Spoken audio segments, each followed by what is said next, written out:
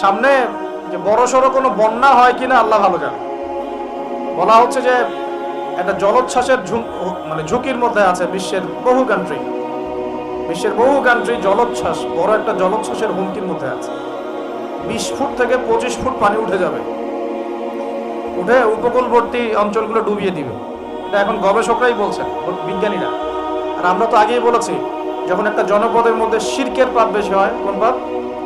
শিরকের পাপ। শিরক শুধুমাত্র ওই মূর্তি পূজা করাই শিরক নয়। আপনাদেরকে জানাই দিতে চাই, কবর পূজা করাও শিরক। কথা কি বুঝতে পারছেন? আমার কথা কিভাবে নিবেন জানি না, কিন্তু আমাকে তো বলতে হবে। শুধু মূর্তি পূজা করাই শিরক না, কবরে সেজদা করাও শিরক। তো যখন শিরকের সয়লাভ হয় একটা এলাকার মধ্যে, একটা জাতির মধ্যে, তখন নূহ আলাইহিস সালামের কওমকে আল্লাহ পাক যেমন প্লাবন দিয়ে ভাসিয়ে দিয়েছিলেন, ওরকম বন্যা জলোচ্ছ্বাস প্লাবন দিয়ে ভাসিয়ে দিবেন আল্লাহ। কারণ নোংরামি ধুইতে হলে অনেক পবিত্র পানির দরকার। শিরক হচ্ছে সবচেয়ে নোংরা জিনিস। আল্লাহর জমিনের সবচেয়ে নোংরা জিনিস কি? শিরক। এগুলো তো গেল ধর্মতাত্ত্বিক শিরক। এখন তো শিক্ষার মধ্যেও শিরকি আকীদা ঢুকিয়ে দেওয়া হচ্ছে। এবং এটা কোন আকীদাটা বলার তো আর প্রশ্ন আসে না, সবাই বোঝেন কোন আকীদা। যখন মানুষ কোরআনের সৃষ্টিতত্ত্ব বাদ দিয়ে মানব রচিত সৃষ্টিতত্ত্ব বইয়ের মধ্যে ঢুকায়, এগুলো শিরক না? অর্থনীতির মধ্যে এখন শিরক আছে। কিরকম? আল্লাহ পাক হালাল যে অর্থনীতি দিয়েছেন, ওটাকে বুড়া আঙ্গুল দেখিয়ে এখন সুদভিত্তিক অর্থনীতি চলছে সব জায়গায়। আল্লাহ পাকের হালালকে যে হারাম করে, এটা শিরক না? এটা সূরা তওবা পড়বেন, সূরা তওবার 31 নম্বর আয়াত। আমি রেফারেন্সেই কথা বলছি। সূরা তওবার 31 নম্বর আয়াত পড়ে দেখবেন, আল্লাহ পাক বলছেন আল্লাহর হালালকে যদি কেউ হারাম করে নেয় আর হারামকে হালাল করে নেয়, এই যে পরিবর্তন, এই কাজটা, এটা কিন্তু শিরকি আকীদা, কুফর, শিরক। আপনি আল্লাহর হালালকে হারাম করতে পারেন না। আল্লাহ পাক একটা হারাম করেছেন, আপনি হালাল করতে পারবেন না। হ্যাঁ, মানেন না ব্যক্তিগতভাবে, সেটা আলাদা বিষয়, কিন্তু অন্যের উপর ইম্পোজ করতে পারবেন না। মনে করেন আল্লাহ পাক হালাল করেছেন পর্দা, আপনি পর্দা করেন না, বুঝলাম, এটা আপনার ব্যক্তি স্বাধীনতা, কিন্তু আপনি পর্দাকে ব্যঙ্গ করতে পারবেন না। ব্যঙ্গ করলে কুফরি হয়ে যাবে। কথা বোঝাতে পারছি ভাই? নিজে পালন করে না, সেটা আলাদা বিষয়। আমি পালন করি না, তার কাছে মনে হয় যে বেপর্দায় চললেই মনে হয় ভালো, নাউজুবিল্লাহ। ওর কাছে এটাই মনে হয়, ওর কাছে এটাকে মনে হয় প্রগতি, অগ্রগতি, উন্নয়ন। তো সে তার থট নিয়ে থাক। কিন্তু যদি সে বলে যে না, পর্দা সেকেলে প্রথা, এখন চলে না, ওই যুগে চলতো, এটাকে টিটকারি করে, ব্যঙ্গ করে, তাহলে কুফরি করবে, শিরক করবে। মনে করেন মদ আল্লাহ হারাম করেছেন, আর কিছু মানুষ মদ খায়, হারাম মনে করেই খায় বা হালাল মনে করেই খায়, মানে খায় আর কি। তো একজন খায়, সেটা আলাদা আলাদা পাপ। আর কেউ যখন মনে করবে যে না, আল্লাহ পাকের এই হালাল হারামের বিধান আমি মানি না, আল্লাহ পাকের হালাল হারামের বিধান আমি মানি না, তখন হবে শিরক আর কুফর। এমনি হচ্ছে কবিরা গুনাহ। আর যখন হালালকে হারাম করে নিবে আর হারামকে হালাল করে নিবে, তখন শিরকের পর্যায়ে চলে যাবে। এই সিস্টেম এখন চলছে না? আল্লাহ পাকের সুদ ভিত্তিক, আল্লাহ পাকের হালাল অর্থনীতি বাদ দিয়ে সারা বিশ্বে এখন সুদ ভিত্তিক অর্থনীতি চলছে না? বুঝেন না এগুলা? অর্থনৈতিক অবস্থা ভালো না। আস্তে আস্তে বিশ্বের মধ্যে ভয়াবহ অর্থনৈতিক সংকট দেখা দিবে, এবং এই সংকটটা ফেস করবে মূলত এই মধ্যবিত্ত শ্রেণী আর নিম্ন মধ্যবিত্ত শ্রেণী। খুব ধনী দেশের কোনো সমস্যা হবে না, যারা মিডল ক্লাস কান্ট্রি বা আরেকটু নিচু মানের কান্ট্রি অর্থনৈতিক দিক থেকে, এদের সামনে ভয়াবহ একটা অবস্থা ফেস করতে হবে। সময় যাইতে দেন, আস্তে আস্তে সব স্পষ্ট হয়ে যাবে, আপনারাই বুঝতে পারবেন। অলরেডি গরিব মানুষ হাহাকার করা শুরু করেছে, বড় লোকের তো কোনো সমস্যা নাই। গ্যাস, তেল, চাল, ডাল সবকিছুর দামও যদি বাড়ে, বড় লোকের কোনো সমস্যা আছে? আমার তো কোনো সমস্যা নাই, আমি তো খেতে পারতেছি, কোনো না কোনোভাবে খেতে পারতেছি। কিন্তু যে কৃষক, মজুর, শ্রমিক, হ্যাঁ, যারা গরিব মানুষ, এরা তো আমার মতো না। আমার জন্য 4 বার বিদ্যুতের দাম বাড়লে কোনো সমস্যা নাই। 1000, 1500, 2000, 3000 আপনি ইফোর্ট দিতে পারছেন, আপনার তো সমস্যা নাই। কিন্তু যে ব্যক্তির মাসিক আয় 3000 টাকা, সে কি করবে? পুরো বিশ্বে একটা ইকোনমিক সংকট চলছে। এখন এই কথাগুলো যেগুলো বলছে, এগুলোর সাথে কিন্তু আমাদের ইসলামিক সমাজ ব্যবস্থা জড়িত আছে। আমরা এদিকে আসতেছি। প্রথমে বোঝেন যে এটাও শিরকি একটা সিস্টেম চলতেছে। আর বিশ্বে যে শিরকটা চলতেছে বড়, সেটা আরো ভয়াবহ। সেটা কি? বিশ্বের যারা মোরল, যারা এখন বিশ্ব চালায়, তারা বলতেছে এক কথায় যে ধর্মের কোনো দরকার নাই বিশ্বে। বিশ্বে ধর্মের কোনো দরকার নাই, ধর্মগ্রন্থেরও দরকার নাই, ধর্মীয় বিধানেরও দরকার নাই। এই বিশ্ব চালাবো আমরা, বিশ্বের বিধান রচনা করব আমরা, বিশ্বকে পরিচালনা করার মূলনীতি বানাবো আমরা, বিশ্বের মানুষকে চালাবো আমরা। আমরা নাউজুবিল্লাহ বলছি ঠিকই, বিশ্ব চলছে এইভাবে। এখানে আল্লাহর আসমানি কিতাব, কোরআন, হাদিস, শরিয়া, ইসলামী সমাজ, এগুলো বুড়ান চলে। কেউ টাইম দেয় না, মুখে মুখে বক ধার্মিকতা দেখায়। জুমার দিনে সে নামাজ পড়ে, ঈদের নামাজ পড়তে আসে, তারাবির নামাজ পড়তে আসে, দাড়ি রাখছে, পাগড়ি পড়ছে, এটা বক ধার্মিকতা। আগে ভিতর ঠিক করতে হবে। তো ভিতরটা কি? ভিতরটা হচ্ছে তাবারাকাল্লাযী বিয়াদিহিল মুলক। সূরা মুলকের 1 নম্বর আয়াতে কি বলছেন আল্লাহ পাক? তাবারাকাল্লাযী বিয়াদিহিল মুলক, বরকতময় সেই আল্লাহ। এই আল্লাহ পাক মহাবিশ্ব সৃষ্টি করেন নাই? এই মহাবিশ্ব কে সৃষ্টি করছে? এই পুরো মহাবিশ্বে পৃথিবীর মতো কোটি কোটি কোটি কোটি গ্রহ আছে না? আছে কি নাই? এই পুরো মহাবিশ্বে কার হুকুম চলে? ওই পুরো মহাবিশ্বে কি জিবরাইল আলাইহিস সালামের হুকুম চলে? আল্লাহর কোনো ফেরেশতার হুকুম চলে? কোনো নবীর হুকুম চলে? তাহলে কোনো মানুষের হুকুম চলার কোনো প্রশ্ন ওঠে? পুরো মহাবিশ্বের কোটি কোটি গ্যালাক্সি, কোটি কোটি গ্রহ নক্ষত্রে আল্লাহর হুকুম চলে। সূর্য পর্যন্ত ডোবার পরে আল্লাহর কাছে পারমিশন নেয়, আল্লাহ আগামীকাল উঠবো, আল্লাহ বলে ওঠো, তাহলে উঠবে। একদিন আল্লাহ বলবেন না, ওঠার দরকার নেই। সূর্য তখন উল্টা দিক থেকে উঠবে, পশ্চিম দিক থেকে। ওই দিন কিয়ামত হয়ে যাবে। যেদিন কিয়ামত হবে ওইটা হচ্ছে আল্লাহ পাকের ক্রোধের বহিঃপ্রকাশ, মানে রাগ থাকে না, যে ধৈর্য ধরতে ধরতে ধরতে ধরতে এক সময় যখন আপনার আর আপনি আর পারতেছেন না, তখন একটা হাইপার হয়ে যান না মাঝে মাঝে। তখন মনে হয় আশপাশে যা আছে ভেঙে চুরে একাকার করে বলেন। ওই যে পৃথিবীর নিচে যে আগ্নেয়গিরিগুলো আছে, শক্তি সঞ্চার করতে করতে করতে করতে এক পর্যায়ে বিস্ফোরিত হয়ে যায়, তখন আর পৃথিবীবাসীর তো কোনো হুঁশ, তখন আর উপায় থাকে না। তো এরকম কিয়ামতের দিনটা হচ্ছে আল্লাহ পাকের ক্রোধের বহিঃপ্রকাশ। মানে এক হুকুমেই পুরো মহাবিশ্বের সব গ্রহ ধ্বংস হয়ে যাবে, এক হুকুমে। তাই পুরো মহাবিশ্বে আল্লাহ ছাড়া কারো হুকুম চলে? আল্লাহ সেটাই বলছেন, তাবারাকাল্লাযী বিয়াদিহিল মুলক, বরকতময় সেই আল্লাহ যার হাতে সমস্ত ক্ষমতা। যার হাতে কি ভাই? মুলক মানে কি? রাজত্ব। এখনকার তোমরা যারা পলিটিক্যাল সায়েন্স পড়াও, তোমাদের বা আপনাদেরকে বলছি, রাজত্ব মানে কি? রাজত্বের ইংরেজি প্রতিশব্দ কি? সভরেন্টি। মানে বলেন, সভরেন্টি মানে কি? সার্বভৌমত্ব। মানে কি? সার্বভৌমত্ব। আল্লাহ পাক বলছেন মহাবিশ্বের সার্বভৌমত্ব আমার হাতে। কার হাতে? মহাবিশ্বের সার্বভৌমত্ব কার হাতে? সভরেন্টি কার হাতে? দুনিয়াতে এই সভরেন্টি, সার্বভৌমত্ব মানুষের হাতে। বুঝেন নাই মনে? এই দুনিয়াতে সভরেন্টি, মুলক, সার্বভৌমত্ব এখন আল্লাহর হাতে নাই, মানুষের হাতে। মানুষ যা মনে করে তাই চালায়। এখন আল্লাহ পাকের বিধান, আল্লাহ রাসূল এগুলো। তো এটা হচ্ছে সবচেয়ে বড় শিরক সারা বিশ্বের। এটা সারা বিশ্বের সবচেয়ে বড় পর্যায়ে শিরক। তো শিরকে ডুবে আসি আমরা, এটাকে বোঝেন। আমি তো বলছি না যে এখন এই প্রবলেমসগুলোকে রাতারাতি সলভ করা যাবে, এমনটা তো বলছি না। বলছি পুরো ওয়ার্ল্ডে এরকম শিরকি একটা সিস্টেম প্রতিটা ক্ষেত্রে চলছে। কিভাবে সলভ করবেন সেটা পরের বিষয়, আগে তো বুঝতে হবে কোথায় আছে বিশ্ব এখন। তো আমরা দেখলাম যে বড় বড় সেক্টর যেগুলো একটা বিশ্বের, ধর্ম, সংস্কৃতি, অর্থনীতি, জিওপলিটিক্স এবং পরিবার তো আছেই, পাশাপাশি আমাদের এই একটা ওয়ার্ল্ড অ্যাফেয়ার্স, এই প্রতিটা ক্ষেত্রে আল্লাহ পাকের তাওহীদকে পাশ কাটিয়ে মানুষের মন গড়া বিধান দিয়ে চলানো হচ্ছে কিনা? হচ্ছে কিনা? বুঝতে পারছেন না মনে কথা? সুদ কি মানুষের বিধান না আল্লাহর বিধান? বলেন, আরো খোলামেলা বলি, সুদ কি মানুষের বিধান না আল্লাহর বিধান? মদ কি মানুষের বিধান না আল্লাহর বিধান? মদ খাওয়া যাবে? মদ খাওয়া যাবে? বেপরদায় চলা যাবে, এটা কি মানুষের বিধান না আল্লাহর বিধান? পুরো বিশ্বের যত বৈশ্বিক অ্যাফেয়ার্স আছে এটা মানুষ নিয়ন্ত্রণ করবে, আল্লাহর বিধানের দরকার নাই। এটা কি আল্লাহর বিধান না মানুষের কথা? তো সারা বিশ্বে এই কুফরি চলতেছে না? চলছে কি না? এখন এই বিশ্বটা বোঝেন, তারপরে আপনি এই আয়াতটা বোঝেন। আল্লাহ পাক বলছেন, এখন আমি মুহাম্মদ সাল্লাল্লাহু আলাইহি ওয়াসাল্লামের কাছে এমন কিতাব দিয়েছি যে কিতাবে এই সব সমস্যার সমাধান আছে। সুবহানাল্লাহ। সমস্যাগুলো তো বুঝতে পারলেন?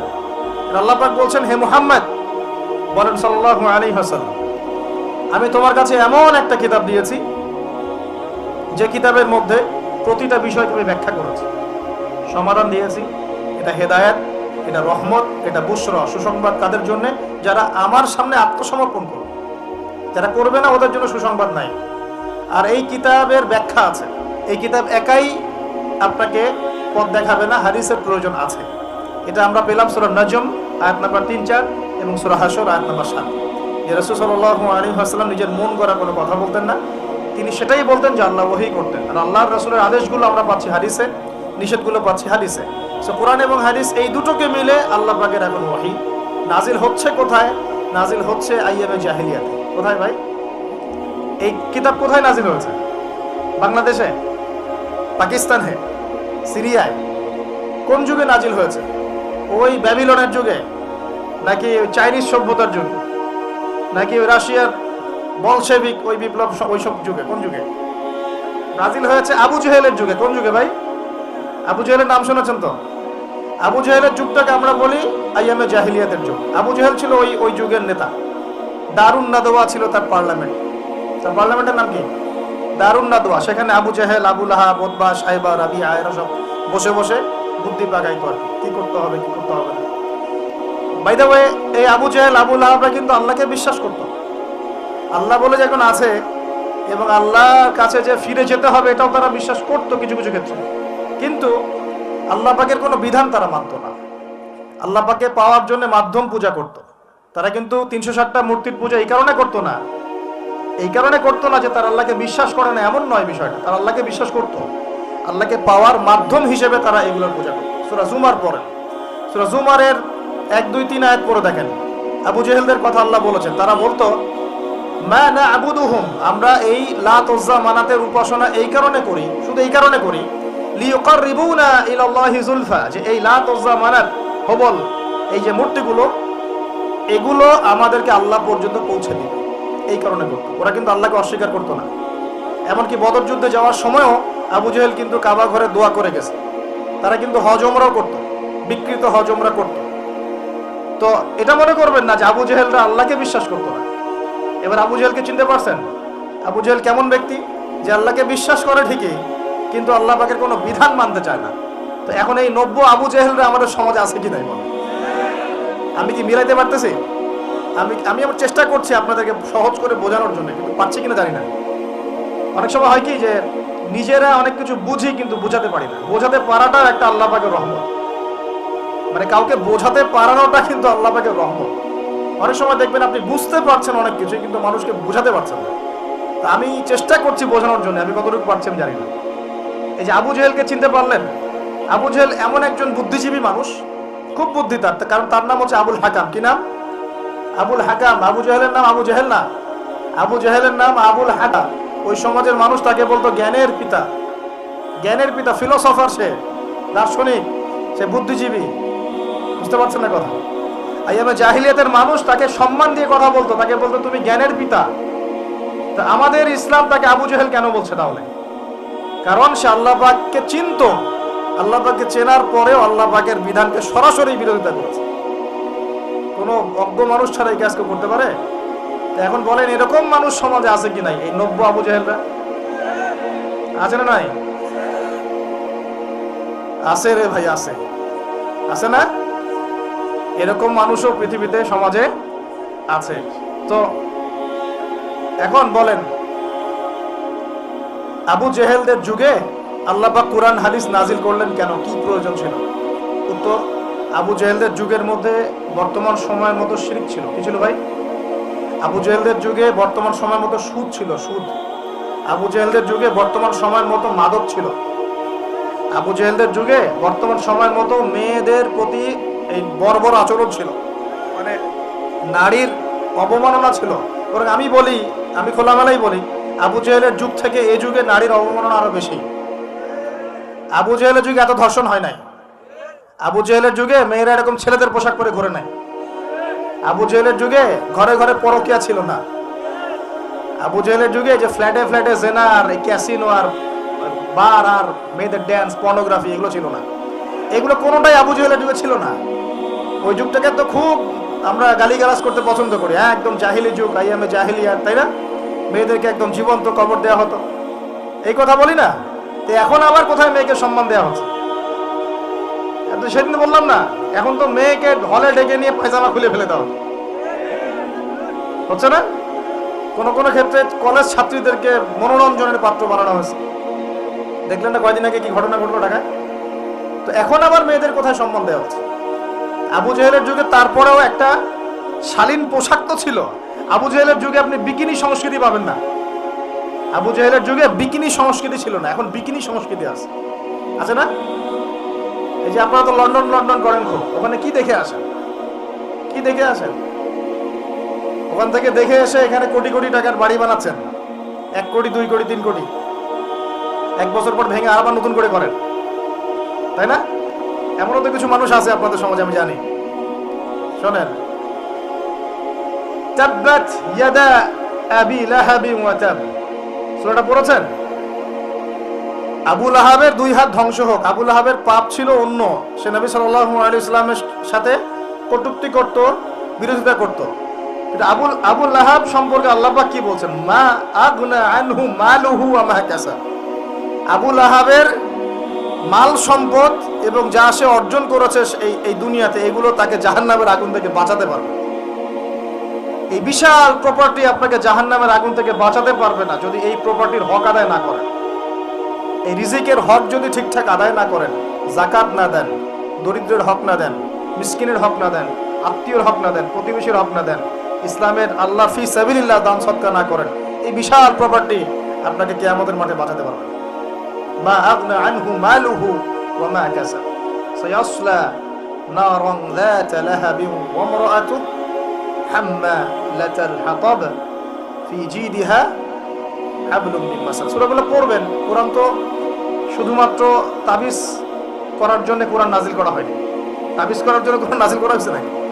কোরআনের আয়াত ছিঁড়ে ছিঁড়ে এখন মাদুরের মধ্যে ঢুকিয়ে গলায় ঝুলে রাখার জন্য কোরআন নাজিল হয়েছে? বলেন তো। কোরআনের আয়াত একটা ছিঁড়ে এভাবে আমি র্যাপিং করে গলার মধ্যে ঢুকায় রেখে দিলাম, বাস কোরআনের হক আদায় হয়ে গেল। ডক্টর আপনাকে একটা প্রেসক্রিপশন দিয়েছেন, মনে করেন তোমার কোভিড হয়েছে, তোমাকে এখন এই প্রেসক্রিপশন অনুযায়ী চলতে হবে।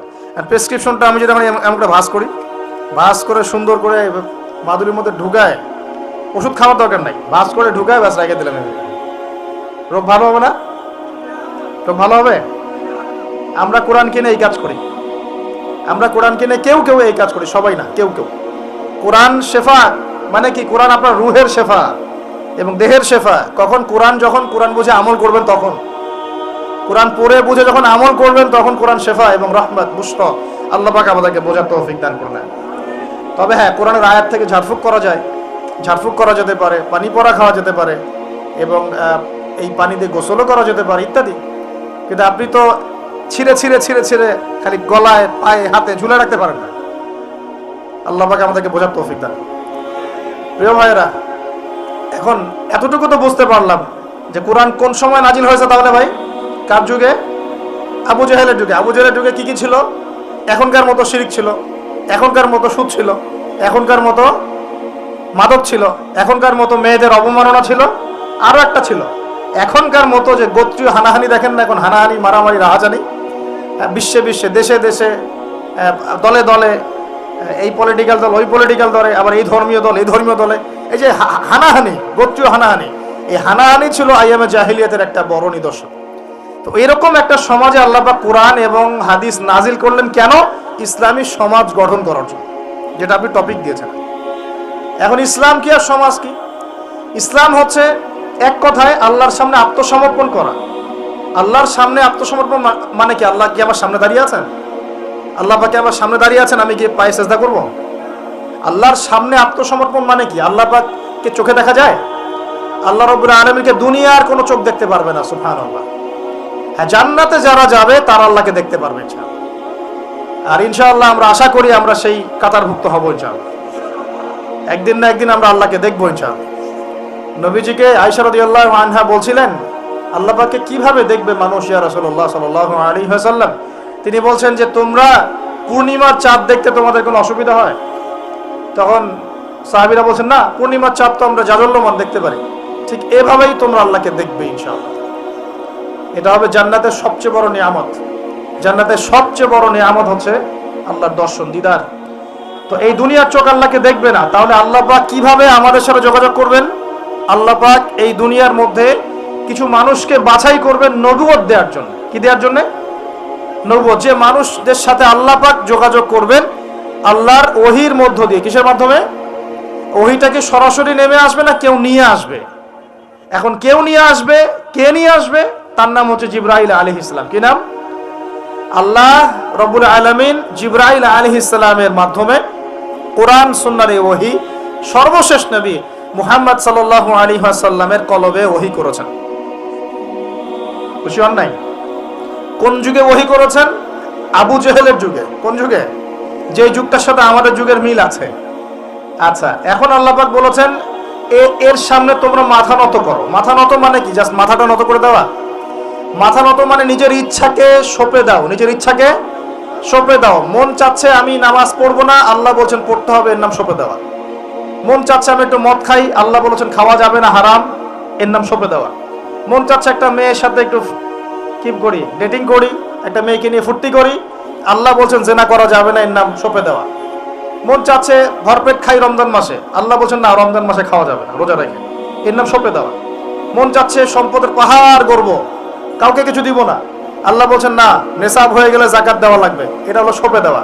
সঁপে দেওয়া মানে কি? আল্লাহ পাকের বিধিবিধানের সামনে নিজের ইচ্ছাকে আত্মসমর্পণ করা। আল্লাহ যা বলেছেন আমি তাই করব, যা ছেড়ে দিতে বলেছেন ছেড়ে দিব, দ্যাটস অল। এর নাম ইসলাম। ইসলাম হলো এই বিষয়টার নাম, নিজের ইচ্ছাটাকে আল্লাহ পাকের বিধানের সামনে আত্মসমর্পণ করে দেওয়া। আমরা অনেকেই বলি ইসলাম মানে কি? শান্তি। এই যে শান্তি, এই শান্তি ব্যাখ্যা দিয়ে দিয়ে কি করা হয়েছে জানেন? ওই যে বদর, উহুদ, খন্দক, খায়বার, হুনাইন, মুতা, এইসব ইতিহাসগুলোকে সরিয়ে দেওয়া হয়েছে। ইসলাম মানে তো শান্তি। ইসলাম শান্তির সাথে আবার এসবের কি সম্পর্ক? শান্তির সাথে মোতাব যুদ্ধের কি সম্পর্ক? যুক্তি দিচ্ছে শান্তির সাথে বদর যুদ্ধের আদর্শের কি সম্পর্ক? ইসলাম মানে তো শান্তি। ইসলাম মানে শান্তি কখন? ইসলাম মানে হলো আত্মসমর্পণ। যখন একজন মানুষ নিজের ইচ্ছাকে আল্লাহর সামনে সঁপে দিবে, এর মধ্য দিয়ে সে শান্তি অর্জন করবে। মানে নিজের ইচ্ছাকে আল্লাহর সামনে সঁপে দিলে পরে শান্তি পাওয়া যায়। কারণ আমি তো জানি না যে আমার জন্য কোনটা ভালো কোনটা মন্দ। কে ভালো জানে? যিনি আমাকে সৃষ্টি করেছেন। মনে করেন আপনি একটা মোবাইল ফোন বানিয়েছেন, আপনি এটার মেকার বা ক্রিয়েটর। এখন আপনার চেয়ে কি কেউ ভালো জানে এই ফোনের মধ্যে কি আছে? বলেন। আপনি একটা কম্পিউটার ফাংশন করেছেন, একটা সফটওয়্যার তৈরি করেছেন, একটা অ্যাপস তৈরি করেছেন। আপনার চেয়ে কি কেউ ভালো জানবে এই অ্যাপস কি কাজ করতে পারে, এই সফটওয়্যার কি কাজ করতে পারে, এই কম্পিউটারের ফাংশন কি? এখন আল্লাহ পাক পুরো মহাবিশ্ব সৃষ্টি করেছেন, আমাদেরকেও সৃষ্টি করেছেন। এখন আমাদের জন্য কোনটা ভালো কোনটা খারাপ, কোনটা হক কোনটা বাতিল, কোনটা ন্যায় কোনটা অন্যায়, কোনটা করলে আমরা দুনিয়ায় ভালো থাকবো, পরকালে ভালো থাকবো, এটা কি আল্লাহ পাকের চেয়ে ভালো কেউ জানবে? এই সহজ কথাটা বুঝতে এত সমস্যা কিসের? যদি আল্লাহ বলে কেউ থেকে থাকেন, তাহলে তিনি যদি আমাকে সৃষ্টি করে থাকেন, তাহলে তিনি তো ভালো বুঝবেন আমার জন্য কোনটা ভালো কোনটা খারাপ। এখন তিনি যেগুলো ভালো বলেছেন সেগুলো কোরআনে নাজিল করেছেন, যেগুলো খারাপ বলেছেন সেগুলোও কোরআনে নাজিল করেছেন। তিনি তার রাসূলের মাধ্যমে আমাদেরকে জানিয়েছেন কোন কোন বিষয়গুলো ভালো আর কোন কোনগুলো খারাপ। এখন এগুলো যখন প্রমাণ হয়ে যাবে, মেনে নিতে কোনো সমস্যা, মানতে কোনো আপত্তি আছে ভাই? এই মেনে নেওয়ার নাম হলো ইসলাম। মেনে নেওয়ার নাম কি ভাই? ইসলাম। এখন দ্বিতীয় প্রশ্ন হচ্ছে, ইসলাম কি পরিপূর্ণ না অসম্পূর্ণ? উত্তর হচ্ছে আল্লাহ পাক সূরা মাইদার 3 নম্বর আয়াতে বলছেন। কত নম্বর আয়াত? সূরা মাইদার 3 নম্বর আয়াতে আল্লাহ পাক বলছেন যে আল ইয়াউমা আকমালতু লাকুম দীনাকুম, আজকে আমি দ্বীন ইসলামকে একদম পরিপূর্ণ করে দিলাম। ওয়া আতমামতু আলাইকুম নি'মাতি, তোমাদের উপর আমার নিয়ামতকে পূর্ণতা দিলাম। ওয়া রাদিতু লাকুমুল ইসলাম দীনান, তোমাদের উপরে দ্বীন ইসলামকে মনোনীত করে আমি আল্লাহ সন্তুষ্ট হয়ে গেলাম। তাহলে এই আয়াত থেকে কি বোঝা গেল? ইসলাম পরিপূর্ণ না অসম্পূর্ণ? পরিপূর্ণ মানে আমরা কি বুঝি? কিছু অংশ আছে কিছু নাই, কিছু কিছু হেদায়েত আছে কিছু কিছু নাই, কিছু কিছু বিষয়ের সমাধান আছে কিছু কিছু নাই, নাকি জগতের সমস্ত বিষয়ের সমাধান আছে? কোনটা? এই কথাটাই আগে হজম করতে হবে যে কোরআন সুন্নাহ ভিত্তিক এই ইসলামের মধ্যে পৃথিবীর সমস্ত সমস্যার সমাধান আছে। এর সামনে আত্মসমর্পণ করলে পরে আপনি হবেন মুসলিম, তার আগে হবেন না। আমার কথা কি বোঝাতে পারছি? এরপরে আপনি মুসলিম হবেন। এখন যদি কেউ অস্বীকার করে সে কি হবে? যদি কেউ পুরোপুরি অস্বীকার করে, না কোরআন সুন্নাহ সবকিছু নাই, আমি মানি না, তাহলে হবে সে কাফের। কি হবে? কাফের। কেউ যদি এগুলোর সাথে আল্লাহকে অংশীদার সাব্যস্ত করে সে কি হবে? সে হবে মুশরিক। কেউ যদি বলে আমি, বলে না, মনে মনে অস্বীকার করে কিন্তু মুখে মুখে বলে হ্যাঁ মানি, এমন মানুষ নাই? মুখে মুখে বলে হ্যাঁ মানি মানি মানি সবই মানি, আর মনে মনে অস্বীকার করে, ইসলামের বিরুদ্ধে কাজ করে ভিতরে ভিতরে, এই মানুষগুলোকে কি বলে? মুনাফিক। আরেক শ্রেণী আছে যারা স্বীকার করে নেয় যে হ্যাঁ এগুলোই ঠিক, কিন্তু চলতে পথে, আল্লাহর পথে চলতে গিয়ে কবিরা গুনায় লিপ্ত হয়, তখন এদেরকে আমরা বলি ফাসেক বা জালেম। আমার কথা কি বুঝতে পারছেন? 5টা শ্রেণীর মানুষ আপনাকে দেখাই দিলাম ইসলাম কেন্দ্রিক। কেউ শিরিক করে হচ্ছে মুশরিক, কেউ অস্বীকার করে হচ্ছে কাফের, কেউ মুখে স্বীকার করছে মনে স্বীকার করছে না, হচ্ছে মুনাফিক, কেউ স্বীকার করে পথ চলতে গিয়ে কবিরা গুনাহ করছে, কবিরা গুনাহ, তখন সে জালেম হচ্ছে বা ফাসেক হচ্ছে। আর কেউ পরিপূর্ণরূপে আত্মসমর্পণ করে আমলে প্রমাণ করে সে মুমিন মুসলিম হচ্ছে। আল্লাহ পাক আমাদেরকে এই মুমিন মুসলিম হওয়ার তৌফিক দান করুন।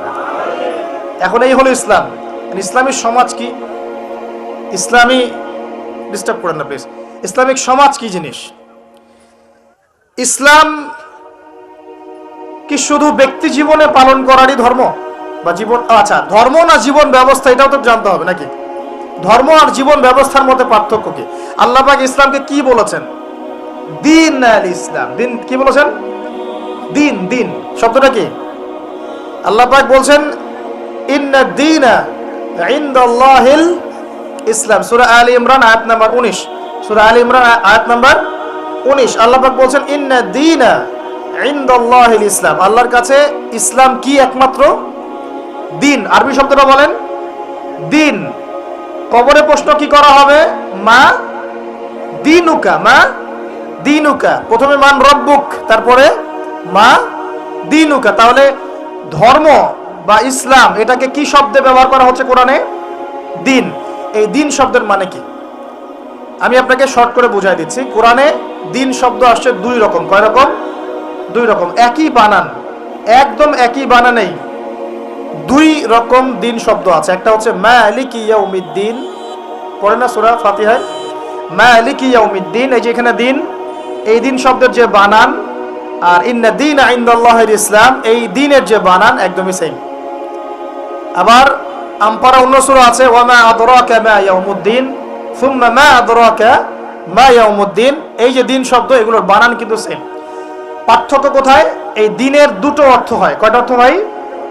একটা অর্থ হচ্ছে মালিকি ইয়াউমিদ্দিন বলতে আল্লাহ পাক বোঝান কিয়ামত দিবস। কিয়ামত দিবস মানে যেদিন আমাদের বিচার করা হবে, এই দিবসটাকে বোঝাতে আল্লাহ পাক দিন শব্দ ইউজ করেছেন।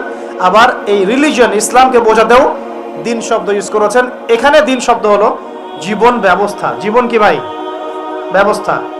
এখন জীবন ব্যবস্থা মানে কি? জীবন ব্যবস্থা মানে কি? যে জীবনের কিছু অংশের হেদায়েত পাওয়া যাচ্ছে, বাকি অংশে পাওয়া যাচ্ছে না, বিষয়টা কি এমন? নাকি জীবন ব্যবস্থা মানে জীবনের প্রতিটা ক্ষেত্রে সমাধান আছে এমন? বলেন, উত্তর দেন। আল্লাহ পাক বলছেন ওয়া মা ইয়াবতাগি গায়রাল ইসলামি দীনান ফালা ইউকবালা মিন।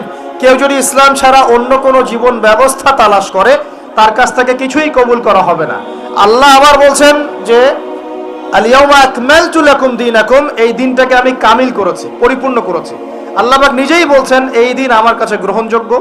আল্লাহ নিজেই বলছেন এই দিনটাকে আমি কামেল করেছি, পরিপূর্ণ করেছি। আল্লাহ নিজেই বলছেন এই দিন বাদ দিয়ে অন্য দিন কবুল হবে না। তাহলে এই দিন কি অসম্পূর্ণ থাকতে পারে?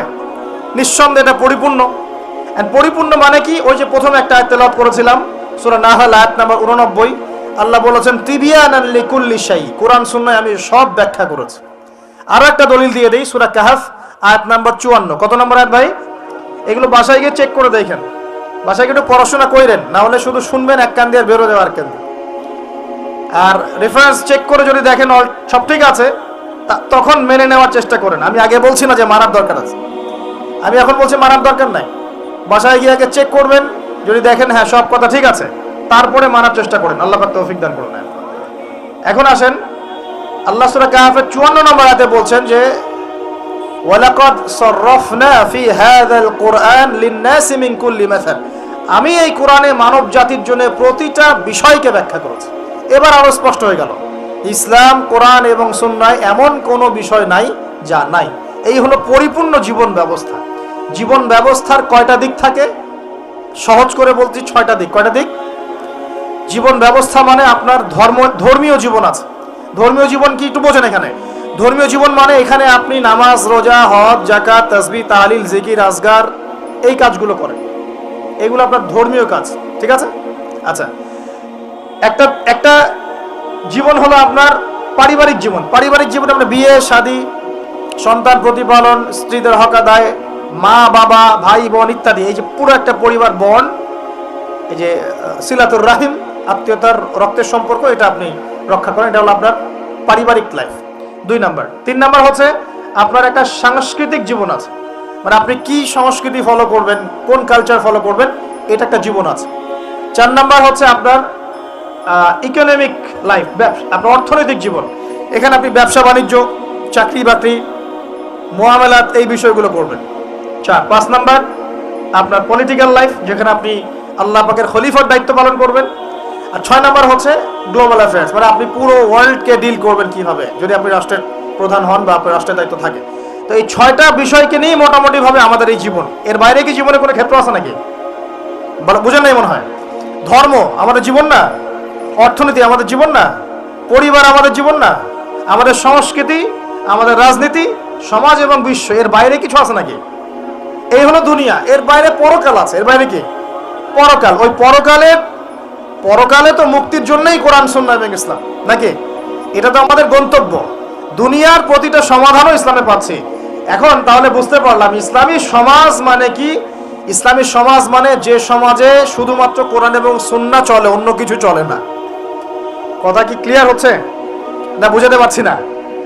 আচ্ছা, একটু নড়াচড়া কম করেন। আমরা খুব লম্বা আলোচনা করবো না ইনশাআল্লাহ, একটু ধৈর্য ধরেন। সমাজ ব্যবস্থা বুঝাতে পারলাম কি ভাই? সমাজ ব্যবস্থা কি? ইসলামী সমাজ ব্যবস্থা কি? মানে যে সমাজের মধ্যে আল্লাহর ওহী, কোরআন এবং সুন্নাহ, আল্লাহ পাকের বিধান চলে, বাইরে কিছু চলে না। এর বাইরে কি চলতে পারে? এর বাইরে যদি এমন কিছু চলে, লিসেন ভেরি কেয়ারফুলি, এর বাইরে যদি এমন কিছু চলে যেটার সাথে কোরআন সুন্নাহর সংঘর্ষ হচ্ছে, তাহলে সেটাকে ধরে একদম ছুঁড়ে ফেলে দিতে হবে। কথা বুঝতে পারছেন? সমাজে ইসলামী সমাজ আমরা বুঝলাম যে ইসলামী সমাজ মানে যেখানে কোরআন সুন্নাহ ভিত্তিক, আল্লাহ পাকের ওহীর ভিত্তিক সমাজ চলে। এখন এই সমাজে যদি কোরআন সুন্নাহর সাথে সাংঘর্ষিক কিছু চলে, এটাকে ধরে তুলে ছুঁড়ে ফেলে দিতে হবে।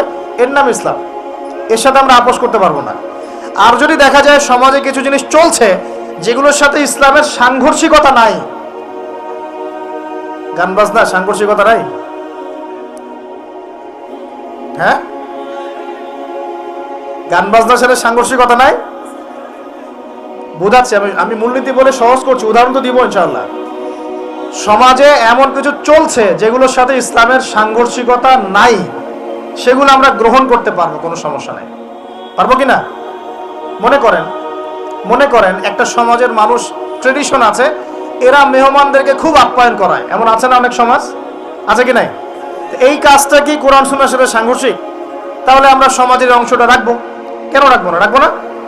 একটা সমাজে আমরা দেখলাম যে মেয়েরা মাশাআল্লাহ পর্দা তো করেই, পাশাপাশি যখন তারা তাদের গৃহস্থলী কাজগুলো করে, তখনও দেখা যায় যে একটা শালীন পোশাক পরে বাসায় কাজকর্ম করছে।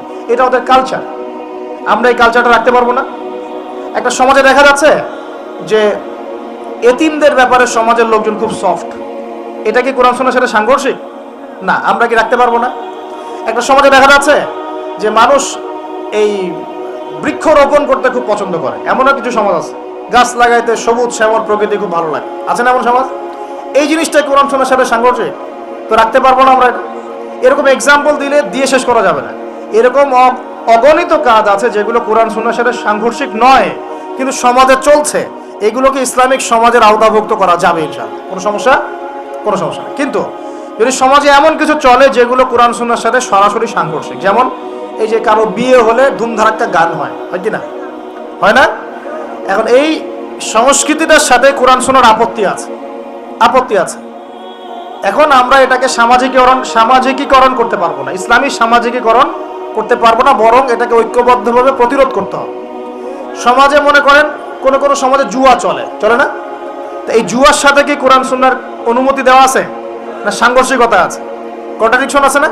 যেহেতু কোরআন সুন্নাহর সাথে কন্ট্রাডিক্টরি বিষয়, আমরা এই জুয়ার সংস্কৃতি এখানে চলতে দিতে পারি না, বরং আমরা এটাকে প্রতিহত করার চেষ্টা করি। একটা সমাজের মধ্যে মনে করেন বেহায়াপনা, ফ্রি মিক্সিং, সমকামিতা, জেনা, এগুলোকে উস্কে দেওয়া হচ্ছে। এই প্রতিটা বিষয়ের সাথে কোরআন সুন্নাহর আপত্তি আছে। তাহলে এই জিনিসগুলোকে কি আমরা ইসলামী সমাজ ব্যবস্থা আনতে পারবো? তাহলে আমার বক্তব্য মনে হয় বোঝার খুব বেশি কঠিন হচ্ছে আমার মনে হচ্ছে না। ইসলামী সমাজ ব্যবস্থায় কোন কোন বিষয় থাকতে পারবে? সর্বপ্রথম আল্লাহ পাকের ওহী থাকতে পারবে, ওহীর বাদ দিয়ে অন্য কিছু চলবে না। কি চলবে? যেগুলোর সাথে ওহীর কোনো সাংঘর্ষিকতা নাই, ওহীর কোনো সাংঘর্ষিকতা নাই এমন বিষয় চলতে পারে। চায়ের জন্য বিখ্যাত আপনারা না, এটা আছে না? আচ্ছা, এখন এটা কি কোরআন সুন্নাহর সাথে সাংঘর্ষিক? এটা একটা সংস্কৃতি। আপনাদের বাসায় গেলে আপনারা চা খাওয়ান এবং এটার সাথে আপনার সংস্কৃতি আছে, আগর আতরের আপনাদের বিজনেস আছে। এই জিনিসটা কি কোরআন সুন্নাহর সাথে সাংঘর্ষিক? বাংলাদেশের অন্য কোনো সমাজে কি আগর আতর এরকম ভাবে আছে? আপনাদের সমাজে আছে। এটা কিন্তু কোরআন সুন্নাহর সাথে সাংঘর্ষিক নয়। তাহলে আমি এটাকে অবশ্যই ইসলামাইজড করতে পারবো, চায়ের ব্যাপারটা আমি ইসলামাইজড করতে পারবো। কিন্তু যদি একটা সমাজে দেখেন, ঢাকার মতো শহরে গিয়ে দেখলেন মেয়েরা ছেলের পোশাক পরে ঘুরে বেড়াচ্ছে, তো এখন এই জিনিসটাকে কি আপনি ইসলামের আওতায় আনতে পারবেন? পারবেন না। এই হলো ইসলামী সমাজ, মানে যেখানে আল্লাহর ওহী চলে, অন্য কিছু চলে না। হ্যাঁ, কি চলতে পারে? ওহীর সাথে সাংঘর্ষিক বিষয় নাই এমন বিষয় চলতে পারে, কোনো সমস্যা নেই। সেটা রাজনীতিতেও চলতে পারে, সেটা সমাজেও চলতে পারে, সেটা অর্থনীতিতেও চলতে পারে, সেটা আমাদের সংস্কৃতিতেও চলতে পারে, সেটা আমার পরিবার ধর্মেও চলবে ইনশাআল্লাহ। মানে প্রতিটা ক্ষেত্রেই চলতে পারবে যদি কোরআন সুন্নাহর সাথে সাংঘর্ষিক না হয়। আল্লাহ পাক আমাদেরকে বোঝার তৌফিক দান। এখানে কিন্তু প্রযুক্তি অন্তর্ভুক্ত হতে পারে। প্রযুক্তি যেমন এক সময় নবী সাল্লাল্লাহু আলাইহি ওয়াসাল্লামের যুগে ছিল ঘোড়া এবং গাধা, তাই না? উট, ঘোড়া, গাধা, এগুলোর উপরে তারা যুদ্ধ করেছে। এখন দেখা যায় যে মিসাইল, রকেট লঞ্চার, হ্যাঁ, পারমাণবিক ওয়েপন্স, সভ্যতা চেঞ্জ হয়েছে এবং টেকনোলজি চেঞ্জ হয়েছে। এখন কি এটা কি কোরআন সুন্নাহর সাথে সাংঘর্ষিক হলো? এটা প্রযুক্তিগত বিষয়গুলোকে আমরা অবশ্যই সামাজিকীকরণ করতে পারবো, কোনো সমস্যা নেই। মিডিয়া, এই মিডিয়ার মধ্য দিয়ে ইসলাম প্রচার করা যাবে কিনা? যাবে। তাহলে মিডিয়াকে আমরা সামাজিকীকরণ করতে পারবো যদি আমরা এটাকে সঠিকভাবে ব্যবহার করতে পারি। এই বিষয়গুলো আমরা মাথায় রাখবো। কিন্তু যখন মিডিয়ার মধ্য দিয়ে আপনি ভুল তথ্য প্রচার করবেন তখন পারবেন না। আবার যখন ওই পারমাণবিক ওয়েপন্স আপনি মাজলুমের উপর ফেলে দিবেন তখন সেটা আপনি অ্যাপ্লাই করতে পারবেন না। তো বস্তুবাদী বিষয়গুলো আমরা নিব, কোনগুলো? যেগুলো আমরা ইসলামিকভাবে ইউজ করতে পারি, অনইসলামিক ইউজিং না হয়, অন্যের হক নষ্ট না হয় বা আল্লাহর দ্বীনের কোনো ক্ষতি না হয় ইনশাআল্লাহ তাআলা, সেক্ষেত্রে আমরা এগুলোকে গ্রহণ করতে পারবো। ইসলামের সমাজ আমরা বুঝলাম, ইসলাম কি এক কথায় বুঝলাম, এবং ইসলাম কোন যুগে নাজিল হয়েছে এটাও বুঝলাম। ওই যুগের সাথে আমাদের বর্তমান সমাজে মিল আছে এটাও বুঝলাম। এখন ওই যুগটা চেঞ্জ করেছিলেন কারা? উত্তর, নবী সাল্লাল্লাহু আলাইহি ওয়াসাল্লাম নিজে, এবং তার সাথে ছিলেন সাহাবীরা, এবং সাহাবীদের মধ্যে বেশিরভাগ সাহাবী ছিলেন যুবক। সুবহানাল্লাহ। ওমর যুবক ছিলেন না বুড়া ছিলেন? হামজা যুবক ছিলেন না বৃদ্ধ ছিলেন? হুযাইফা যুবক না বৃদ্ধ ছিলেন? উসমান রাদিয়াল্লাহু আনহু তখন যুবক ছিলেন না বৃদ্ধ ছিলেন? জাফর ইবনে আবি তালেব, আলী ইবনে আবি তালেব, বেলাল ইবনে রাওয়াহ, আব্দুর রহমান বিন আউফ, যায়েদ ইবনে হারেসা, আব্দুল্লাহ বিন মাসউদ, নাম জানা না জানা অসংখ্য সাহাবী, বেশিরভাগ যুবক ছিলেন না বৃদ্ধ ছিলেন? তো নবী সাল্লাল্লাহু আলাইহি ওয়াসাল্লাম কাদেরকে নিয়ে সমাজটা পরিবর্তন করলেন? যুবকরা একটু মনোযোগ দেন, এই অংশটুকু আপনাদের জন্য স্পেশাল। এখান থেকে ফিনিশিং এর দিকে যাবো ইনশাআল্লাহ। তো নবী সাল্লাল্লাহু আলাইহি ওয়াসাল্লাম কাদেরকে নিয়ে ওই আবু জেহেলের সমাজ পরিবর্তন করলেন বলেন? এবং কি হাতে নিয়ে করলেন? আল্লাহর ওহী, মানে কোরআন এবং হাদিস। এটাকে শুধু মুখে মুখে আমল করে বলেছেন না, নিজে আমল করে দেখিয়েছেন? নিজে বিশ্বাস করেছেন, স্বীকৃতি দিয়েছেন, আমল করেও দেখিয়েছেন, মানুষকে দাওয়াতও দিয়েছেন। এখন একা একা করেছেন না সবাইকে নিয়ে করেছেন? তার মানে ইউনিটি লাগবে। কি লাগবে ভাই?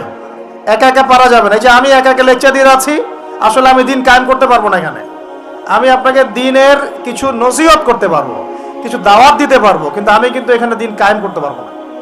একা একা দিন কায়েম করা যায়, একা একাও যায় না, এক শ্রেণীর মানুষকে নিয়েও যায় না। মুসলিমদের মধ্যে মনে করেন যে মুসলিমদের মধ্যে একটা এলাকার মুসলিম আছে, মনে করেন 1 লাখ, কথার কথা বলছি, 1 লাখের মধ্যে 1000 মানুষ সবকিছু বোঝে, বাকিরা এতটা বোঝে না। ওদেরকে বোঝাতে হবে, ওদের কি করতে হবে? বোঝাতে হবে। ওই আমরা যদি মনে করি আমি 1000 আমি সব করতে পারবো, ভুল করবেন। তখন কি হবে? জাহেলিয়াতের সংখ্যা গরিষ্ঠতার স্রোতে আমি হারিয়ে যাব। কথা বুঝতে পারছেন? নবী সাল্লাল্লাহু আলাইহি সাল্লাম কিভাবে করেছেন? তার আগে আমি একটু প্রশ্ন করি, কত বছর লেগেছে তার সমাজ পরিবর্তন করতে? বলেন। 23 বছর। এই তো মাশাআল্লাহ। 23 বছর পরে ওই মক্কায়, ওই আবু জাহেলের যুগেই, আবু জাহেলের সেই যুগ কি আর বাকি থাকলো? 23 বছর পর কি শিরক ছিল ওই যুগের মধ্যে? আর মক্কায় কোনো সুদ ছিল?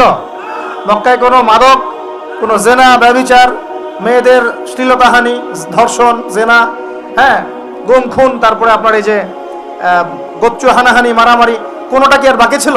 মানে 23 বছরের সমাজ টোটাল নিট অ্যান্ড ক্লিয়ার, সাফ। কত বছর? 23 বছর। কিভাবে করলেন? প্রথমত তিনি ওহির জ্ঞানের চর্চা করেছেন, নিজে আমল করেছেন, সাহাবীদেরকে শিখিয়েছেন, এবং সাহাবীরা সবাই মিলে দাওয়াতি কাজ করে একটা জনসমষ্টি তৈরি করেছেন কি না? প্রথমে কি নবী সাল্লাল্লাহু আলাইহি ওয়াসাল্লাম প্রকাশ্যে দাওয়াত দেওয়া শুরু করেছেন? না। প্রথম 3 বছর, কত বছর? তিনটা বছর নবী সাল্লাল্লাহু আলাইহি ওয়াসাল্লাম গোপনে মানুষকে দাওয়াত দিয়েছেন। কিভাবে ভাই? গোপনে, man to man, door to door. আমরা তো এখন খুব অধৈর্য জাতি। কি জাতি ভাই? অধৈর্য। 1 বছর ধরে যদি একটা কথা বলি, পরের বছর ওয়াজ করতে আসলে বলে হুজুর এই ওয়াজ তো গত বছর একবার শুনছি, দরকার অন্য নতুন ওয়াজ করেন। এমন করে না মানুষ? নবী সাল্লাল্লাহু আলাইহি ওয়াসাল্লাম 3 বছর গোপনেই দাওয়াত দিয়েছেন, তিনটা বছর। কাদেরকে দাওয়াত দিয়েছেন? উত্তর, প্রথমত তার নিজের মানুষদেরকে, নিজের স্ত্রী, নিজের যায়েদ ইবনে হারেসা পালক পুত্র ছিলেন, নিজের চাচাতো ভাই জাফর ইবনে আবি তালেব, আলী ইবনে আবি তালেব, নিজের খুব কাছের মানুষ আবু বকর সিদ্দিক রাদিয়াল্লাহু আনহুর হাত ধরে, পরে উসমান বিন আফফান, আব্দুর রহমান বিন আউফ, তালহা বিন উবাইদুল্লাহ, জুবাইর বিন আওয়াম, আস্তে আস্তে ছড়িয়ে পড়ছে। তার মানে দাওয়াতি কাজ শুরু করতে হবে কোথা থেকে? আগে বলেন। আগে নিজে, তারপরে কে? নিজের কাছের মানুষ, নিজের পরিবার, নিজের বংশ, নিজের আত্মীয় করা শেষ। কারা কারা করা শেষ? হাত তোলেন দেখি।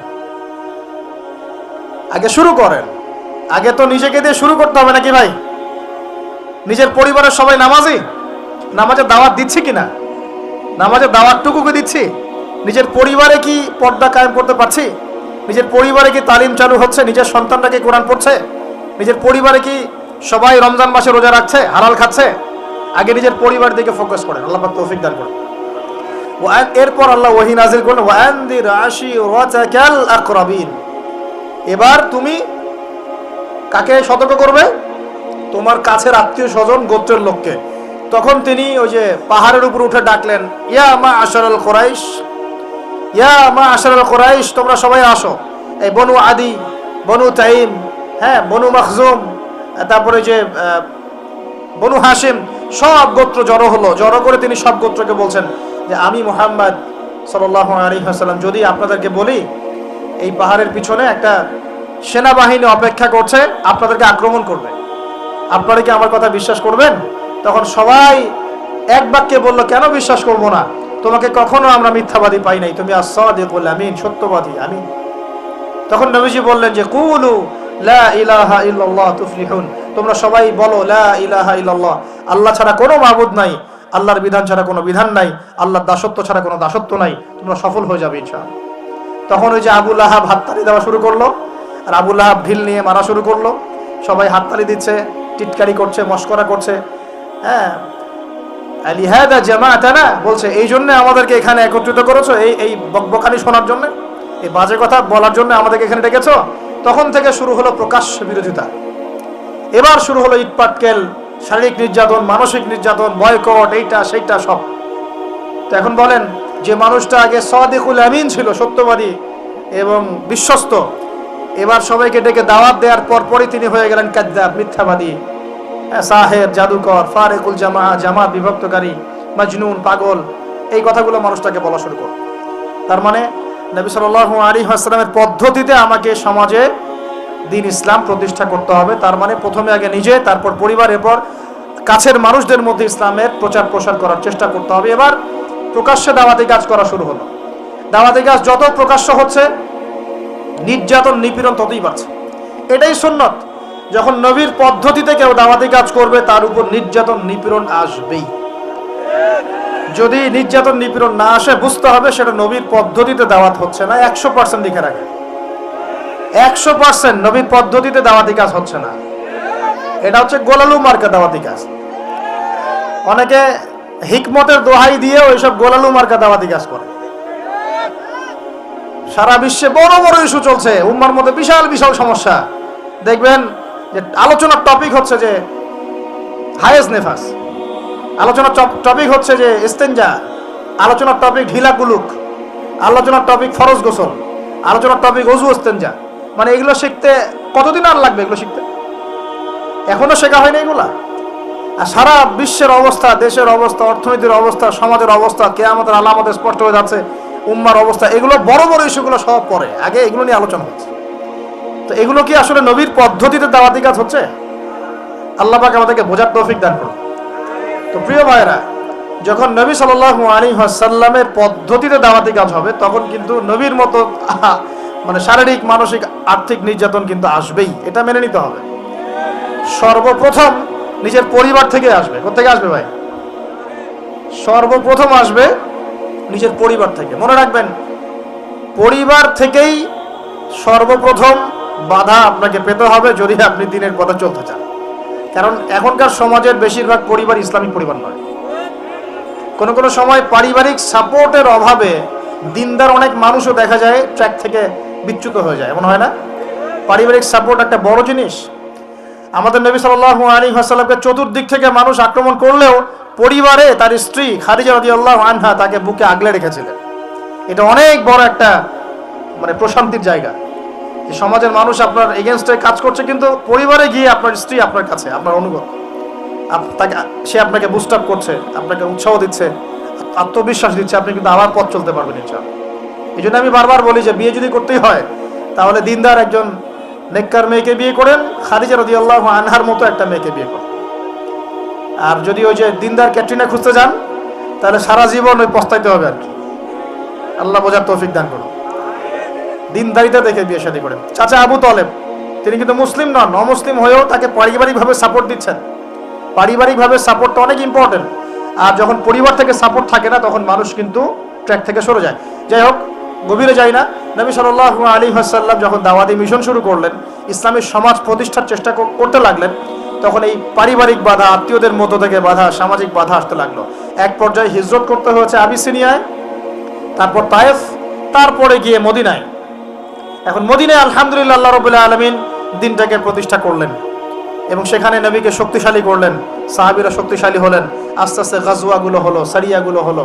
এক পর্যায়ে উইদিন 8 থেকে 10 বছরের মধ্যে যে নিঃস্ব হাতে মক্কা থেকে তারা গেলেন মদিনায়, সেই মক্কাই তারা জয় করলেন বিনা বাধায়। বলা যায় অলমোস্ট বিনা বাধায়, প্রায় লক্ষাধিক সৈন্য, লক্ষাধিক সাহাবীদেরকে নিয়ে পুরো মক্কায়, জাজিরাতুল আরবের মধ্যে দিন প্রতিষ্ঠা হয়ে গেল। হলো কিনা?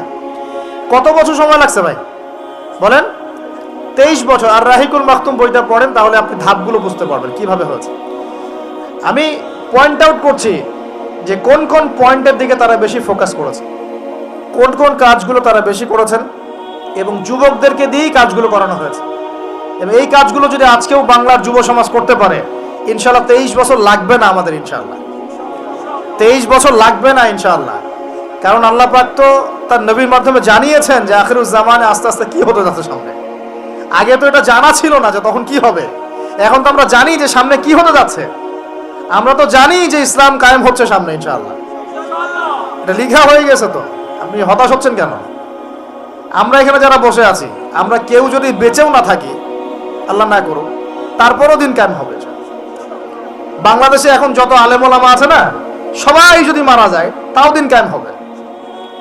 বিশ্বে এখন যত বড় বড় জালেমরা আছে, এর সাথে আরো 10 গুণ জালেম যদি বৃদ্ধি করা হয় এবং ওদেরকে আরো 10 গুণ শক্তিশালী করা হয়, তাও এদের পতন ঘটবে। হ্যাঁ, যত জালেম আছে সারা বিশ্বে, এর সাথে আরো 10 গুণ যদি বৃদ্ধি করা হয়, এদেরকে আরো বেশি বেশি মারণাস্ত্র দেওয়া হয়, ক্ষমতা দেওয়া হয়, তবুও এদের পতন ঘটবে। কারণ কোরআন এবং হাদিস এই কথা বলে দিয়েছে যে কিয়ামত হবে না, কিয়ামত হবে না যতক্ষণ পর্যন্ত না আল্লাহ পাক দুজন বিখ্যাত ব্যক্তি পাঠাবেন। কয়জন? একজন হচ্ছেন আমাদের মধ্য থেকে ইমাম, মানে মুসলিমদের ইমাম মুহাম্মদ, যাকে আমরা মাহদি বলছি। আর একজন হচ্ছেন একজন নবী যার হাতে সভ্যতা শেষ হবে, যার নাম হচ্ছে নবী ঈসা আলাইহিস সালাম, যিনি সত্যিকারের মাসিহ। সভ্যতা এই জায়গায় না যাওয়া পর্যন্ত কিয়ামত হচ্ছে না ইনশাআল্লাহ। এবং ঈসা আলাইহিস সালাম যতক্ষণ 40 বছর পুরো বিশ্বে ইসলামী সমাজ প্রতিষ্ঠা না করছেন ততদিন পর্যন্ত ইনশাআল্লাহ আযজা ওয়া জাল কিয়ামত হবে না। এটা লেখা হয়ে গেছে। শুধু তাই না, ঈসা আলাইহিস সালামের যুগটা শেষ হওয়ার পরে আবার এমন একটা যুগ আসবে যে যুগটা হবে পৃথিবীতে সবচেয়ে নোংরা জঘন্য যুগ। এখন আমরা যে যুগটা পার করছি না, এটা পৃথিবীর সবচেয়ে নোংরা যুগ নয়, এটা পৃথিবীর সবচেয়ে নোংরা যুগ নয়। যে যুগে আপনি দেখছেন সবাই সুদ খায়, মোটামুটি সবাই এই যে ফ্রি মিক্সিং, পরকিয়া, হ্যাঁ, জেনা, গান বাজনা, নর্তকী চলছে না সারা সমাজ জুড়ে, মনে হচ্ছে এটাই মনে হয় সবচেয়ে খারাপ যুগ। তাই মনে হয় না অনেকের? এটা সবচেয়ে খারাপ যুগ নয়, যদিও এই যুগের মধ্যে হাজারটা খারাপই আছে। সবচেয়ে খারাপ যুগ আসবে ঈসা আলাইহিস সালামের 40 বছর শাসনের পরের যুগটা। ওই যুগে মানুষ রাস্তায় দাঁড়িয়ে জেনা করবে, কুকুর শেয়ালরা যেমন করে করে ঠিক ওইভাবে। এবং তাদের সামনে কিয়ামত হবে, পশ্চিম দিক থেকে সূর্য উঠবে। তো আমরা এতটুকু তো জানি সামনে ইনশাআল্লাহ তাআলা ইসলামিক সমাজ প্রতিষ্ঠা হবে, এটা আল্লাহ লিখে দিয়েছে। আমরা বেঁচে থাকি না থাকি, কেউ এটা বলুক না বলুক, আলেম ওলামা আমাদের মধ্যে যারা আছেন থাক না থাক, হ্যাঁ, এখন যারা মুজাহিদ তারা থাক না থাক, এখন যারা জালেম তারা থাক না থাক, কি হোক না হোক এটা হবে ইনশাআল্লাহ। পৃথিবীতে ভূমিকম্প হোক আর জলোচ্ছ্বাস হোক আর পৃথিবী ধসে যাক আর আগুনের বৃষ্টি হোক আর পাথরের বর্ষণ হোক, যাই হোক না কেন নবী ঈসা আলাইহিস সালামের হাতেই সভ্যতা শেষ হবে ইনশাআল্লাহ। অতএব ইসলামী সমাজ তো সামনে আসছে, বুঝতে পারলাম। এখন আমার মানে ফাইন্ড আউট করা পয়েন্টগুলো হচ্ছে এই কয়েকটা পয়েন্ট, আমি 10টা পয়েন্ট বলছি। এক, নবী সাল্লাল্লাহু আলাইহি ওয়াসাল্লাম সাহাবীগণ, স্পেশালি যুবক সাহাবীগণ, সাহাবীদের মধ্যে বেশিরভাগই যুবক ছিলেন, যুবকরা আপনারা ভালো করে বোঝার চেষ্টা করেন, তারা ইসলামী সমাজ প্রতিষ্ঠার জন্য প্রথমত নিজের আগে জ্ঞান চর্চা করেছে। কি করেছেন ভাই? নিজেরা আগে কোরআন হাদিসের জ্ঞান চর্চা করেছেন। যত বড় বড় লেকচার দেন, নারায়ে তাকবীর, আল্লাহু আকবার স্লোগান তোলেন, আইওয়াজ শোডাউন যাই করেন, জ্ঞান চর্চা না করা পর্যন্ত দিন প্রতিষ্ঠা হবে না। জ্ঞান চর্চা করতে হবে। রাজি আছি ইনশাআল্লাহ ভাই? আমরা রাজি আছি তো ইনশাআল্লাহ যে আমরা আল্লাহ পাকের কোরআন এবং নবীর সুন্নতের জ্ঞান অর্জন করবো ইনশাআল্লাহ। এবং জ্ঞান অর্জন একটা ধারাবাহিক প্রক্রিয়া, একদিন 2 দিন করে থেমে যাব না, আমরা প্রতিদিন একটু একটু একটু একটু করে আগাবো ইনশাআল্লাহ। একটা রুটিন ফিক্স করে নেবেন, ডেইলি 1 ঘন্টা করে আপনি পড়াশোনা করার চেষ্টা করেন। আমি অনেক লেকচারে কিছু সিলেবাস বলেছি, আপনাকে কোরআন পড়তে হবে, আরবি ভাষা শিখতে হবে, হাদিসের কিতাবগুলো পড়বেন, ইতিহাস, ইসলামের ইতিহাস পড়বেন, ইসলামিক অর্থনীতির বইগুলো পড়বেন, বড় বড় রিনাউন্ড ওলামায়ে কেরামদের বইগুলো পড়বেন, সিরাত পড়বেন, আকীদার বই পড়বেন, ফিকহের কিছু বই পড়বেন। মানে আপনার একটা ক্লাসিক্যাল পড়াশোনার ধারা থাকতে হবে। এবং এই পড়াশোনা একা একা করা যাবে না। কিছু বই আপনি একা হয়তো পড়তে পারবেন, কিন্তু অনেক কিতাব আছে যেগুলো আপনি একা পড়তে পারবেন না। আপনার বিজ্ঞ ওলামায়ে কেরামের সোহবত দরকার আছে। এটার দায়িত্ব আপনি খুঁজে বের করবেন কার সোহবতে আপনি যেতে চান। আল্লাহ পাক আপনাকে তৌফিক দান করুন। প্রথম কথা জ্ঞান অর্জন। 2 নম্বর, দিন প্রতিষ্ঠা ইসলামী সমাজ ব্যবস্থার জন্য সাহাবীগণ নিজেরা আমল করিয়ে দেখেছেন, শুধু জ্ঞান অর্জনই করেন নাই, যে জ্ঞান অর্জন করেছিলেন সেটা আমল করে দেখিয়েছেন। যেমন উমর রাদিয়াল্লাহু আনহু বলতেন যে সূরা বাকারা হিফজ করতে আমার সময় লেগেছে 12 বছর। কত বছর? 12 বছর লেগেছে সূরা বাকারাটাকে আয়ত্ত করতে। কারণ সাহাবীরা যতক্ষণ পর্যন্ত 10টা আয়াত লেসন নিয়েছেন, 10টা আয়াতের উপর আমল না করা পর্যন্ত নতুন করে দার্স নিতেন না। বুঝতে পারছেন না? মনে করেন আপনি সূরা মাউন শিখেছেন, মাউন, আর আইতাল্লাযী ইউকাযযিবু বিদ্দিন, এই সূরা আপনি শিখেছেন। সাহাবীদের সুন্নাত ছিল কি, এই সূরাটার উপর তারা আমল না করা পর্যন্ত নতুন লেসন নিতেন না, এভাবে তারা আমল করতেন। আমরা কি এমন করে আমল করি? আমরা যত পারি আগে তথ্য ইনস্টল করতে থাকি। আমাদের জ্ঞান চর্চাটা হচ্ছে তথ্য ইনস্টল করার মতো। তথ্য ইনস্টল করাকে জ্ঞান চর্চা বলে না, এটাকে আমরা ওয়েল ট্রেন্ড বলতে পারি, ওয়েল এডুকেটেড বলতে পারি না। সার্কাসের সিংহ বাঘ দেখেছেন না? লাঠি চাবুকের ভয়ে অনেক কাজ করে না? অনেক কুকুর দেখা যায় না যে ট্রেনিং প্রাপ্ত, যা কমান্ড করে সে ফলো করে না? এটা ওয়েল ট্রেন্ড বলা যায় এটাকে, এই কিন্তু ওয়েল এডুকেটেড না। আমাদের ক্রিটিক্যাল থিঙ্কার্স দরকার, মানে কোরআন সুন্নাহ পড়বে, আমল করবে এবং এটাকে নিয়ে গবেষণা করার চেষ্টা করবে। মানে আমাদের কোরআন সুন্নাহকে নিয়ে গবেষণার একটা প্রজন্ম দরকার, গবেষক প্রজন্ম, ক্রিটিক্যাল থিঙ্কার্স। আল্লাহ পাক আমাদেরকে এই তৌফিক লাভে ধন্য করুন বলে আমি। তো 2 নম্বর ইনিশিয়েটিভটা হচ্ছে অবশ্যই জ্ঞান অনুযায়ী আমল করতে হবে যদি ইসলামী সমাজ চাই আমরা। আল্লাহ পাক আমাদের সবাইকে তৌফিক দান করুন। সবার আগে আমাকে তৌফিক দান করুন বলি আমি। জ্ঞান অনুযায়ী আমল করার জন্য একটা সুন্নাত ফলো করলেই হবে, একজন ব্যক্তিকে জাস্ট ফলো করতে হবে। জীবনের প্রতিটা কাজ নবী সাল্লাল্লাহু আলাইহি ওয়াসাল্লামের সুন্নাহ মাফিক করলেই আপনি জানা অনুযায়ী আমল করে ফেলবেন ইনশাআল্লাহ। পারা যাবে ইনশাআল্লাহ। আজকে ঘুমানো থেকে শুরু করে দেন, জীবনের প্রতিটা কাজকে ঢেলে সাজান। কাপড় পরা, ঘুমানো, ঘুম থেকে ওঠা, হ্যাঁ, এমনকি বিছানা ঝাড়া, ইস্তেঞ্জা করা, আপনার ব্যবসা বাণিজ্য, শিক্ষা, এভরি সিঙ্গেল সেক্টর ঢেলে সাজানোর চেষ্টা করেন যে নবীর মতো হচ্ছে কিনা। যদি হয় আলহামদুলিল্লাহ, যদি না হয় তাহলে এখানে আপনার কিছু কাজ করার বাকি আছে। আল্লাহ পাক আমাদের সবাইকে নবী সাল্লাল্লাহু আলাইহি ওয়াসাল্লামের সুন্নাহ মাফিক জীবন গড়ার তৌফিক দান করুন। 3 নম্বর পয়েন্টটা হচ্ছে নবী সাল্লাল্লাহু আলাইহি ওয়াসাল্লাম সাহাবীগণ আদর্শ পরিবার গড়েছিলেন।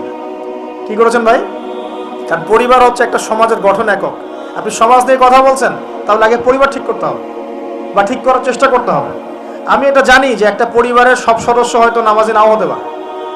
নূহ আলাইহিস সালামের স্ত্রী যখন ঈমান নিয়ে আসে নাই, লূত আলাইহিস সালামের স্ত্রী যখন ঈমান নিয়ে আসে নাই, আদম আলাইহিস সালামের সন্তান কাবিল যখন জাহান্নামে যাচ্ছে, আবার ফেরাউনের ঘর থেকে যেমন আসিয়া জান্নাতে যাচ্ছে, তার মানে পরিবারের সবাই যে একরকম হবে নট নেসেসারি। কিন্তু অ্যাজ এ মানে পরিবারের কর্তা, আপনি পরিবারের guardian, as a guardian of family, আপনাকে আপনার রেসপন্সিবিলিটি তো পালন করতে হবে নাকি? পরিবারে আপনার দায়িত্ব নাই? পর্দা প্রতিষ্ঠা করার দায়িত্ব কার? আপনার স্ত্রী পর্দা করে না, এই দায়িত্ব কার? এই জিম্মাদারি কার? আপনার সন্তান যে নামাজ পড়ে না, এই রেসপন্সিবিলিটি কার? পরিবারে যে হারাম ঢুকতেছে রিজিকে, এই দায়িত্ব কার? আল্লাহ পাক, আমি মনে হয় বুঝাতে পেরেছি। অতএব পারিবারিকভাবে আল্লাহ পাক আমাদের সবাইকে যেন ইসলামটা ধরে রাখার তৌফিক দান করেন বলে আমিন। 4 নম্বর হচ্ছে নবী সাল্লাল্লাহু আলাইহি ওয়াসাল্লাম সাহাবীগণ দ্বীনের দাওয়াতি কাজ সবাই আমভাবে করেছে। এমন নয় যে নির্দিষ্ট কিছু সাহাবী দাওয়াতি কাজ করতেন, বাকিরা দাওয়াতি কাজ করতেন না, বিষয়টা কিন্তু এমন ছিল না। সবাই মিলেই দ্বীনের দাওয়াতি কাজ করতেন, যে কাজটা আমরা এখন করি না। কতজন ভাই আছেন যারা ডেইলি কমপক্ষে আধা ঘন্টা করে হলো দাওয়াতি কাজ করেন? হাত তুলেন দেখি। আচ্ছা না, দেখেন, সবাই মিলে যতক্ষণ পর্যন্ত দাওয়াতি কাজ করব না, সৎ কাজে আদেশ, অসৎ কাজে নিষেধ, ততক্ষণ পর্যন্ত সমাজ ব্যবস্থা কায়েম হবে না। সবাইকে দাওয়াতি কাজ করতে হবে। একজন আলেম আসবেন, একজন বক্তা আসবেন, ওয়াজ করে যাবেন, দাওয়াত দিয়ে যাবেন, ব্যাস এখানেই ফুল স্টপ, ডোর ক্লোজড, তাহলে হবে না। এভাবে সমাজ প্রতিষ্ঠা হবে না। এভাবে তো বললাম, দাওয়াত দেওয়া হতে পারে, একদিনের ওরস হতে পারে, একদিনের ওয়াজ হতে পারে, একদিনের একটা সম্মেলন হতে পারে, কিন্তু প্রতিষ্ঠা অন্য জিনিস।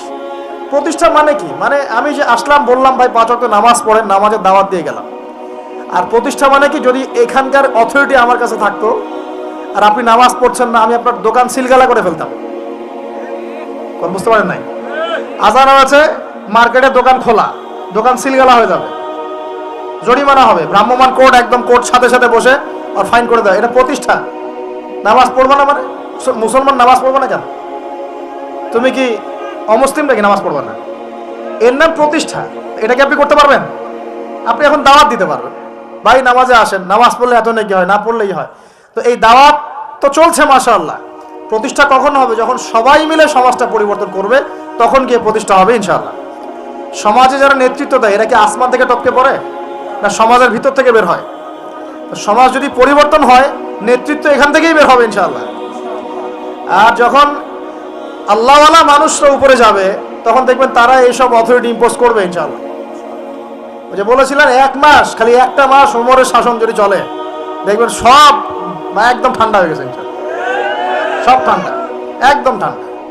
এটা ভেরি মাচ পসিবল। 1 মাস সময়, 1 মাস, উইদিন 1 মান্থ। উমর রাদিয়াল্লাহু আনহু যদি এখন বেঁচে থাকতেন, মনে করেন, কথার কথা বলছি, উমর রাদিয়াল্লাহু আনহু এখন বেঁচে আছেন, তিনি আসলেন পাকিস্তানে, আসলেন মনে করেন, সিরিয়াতে আসলেন, কথার কথা বলছি আর কি। এমন তাকে মনে করেন দায়িত্ব দিল জনগণ যে আমিরুল মুমিনিন, আপনি সমাজটা ঠিক করেন। তার কয়দিন লাগবে? কয়দিন লাগবে জানেন? হ্যাঁ, আমার ধারণা 3 দিন। কয়দিন হয়? 3 দিন। অথবা তিনি বলবেন যে আমার দ্বারা সম্ভব না, আমি গেলাম।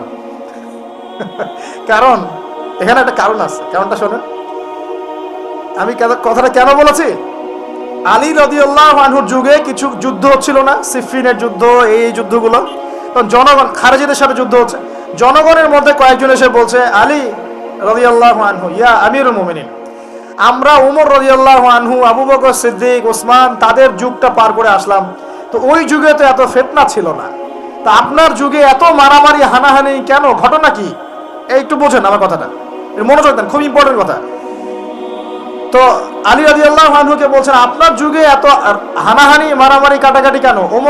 উমরের যুগে তো এমন ছিল না, আবু বকরের যুগে তো এমন ছিল না, ওসমানের যুগে তো এমন ছিল না।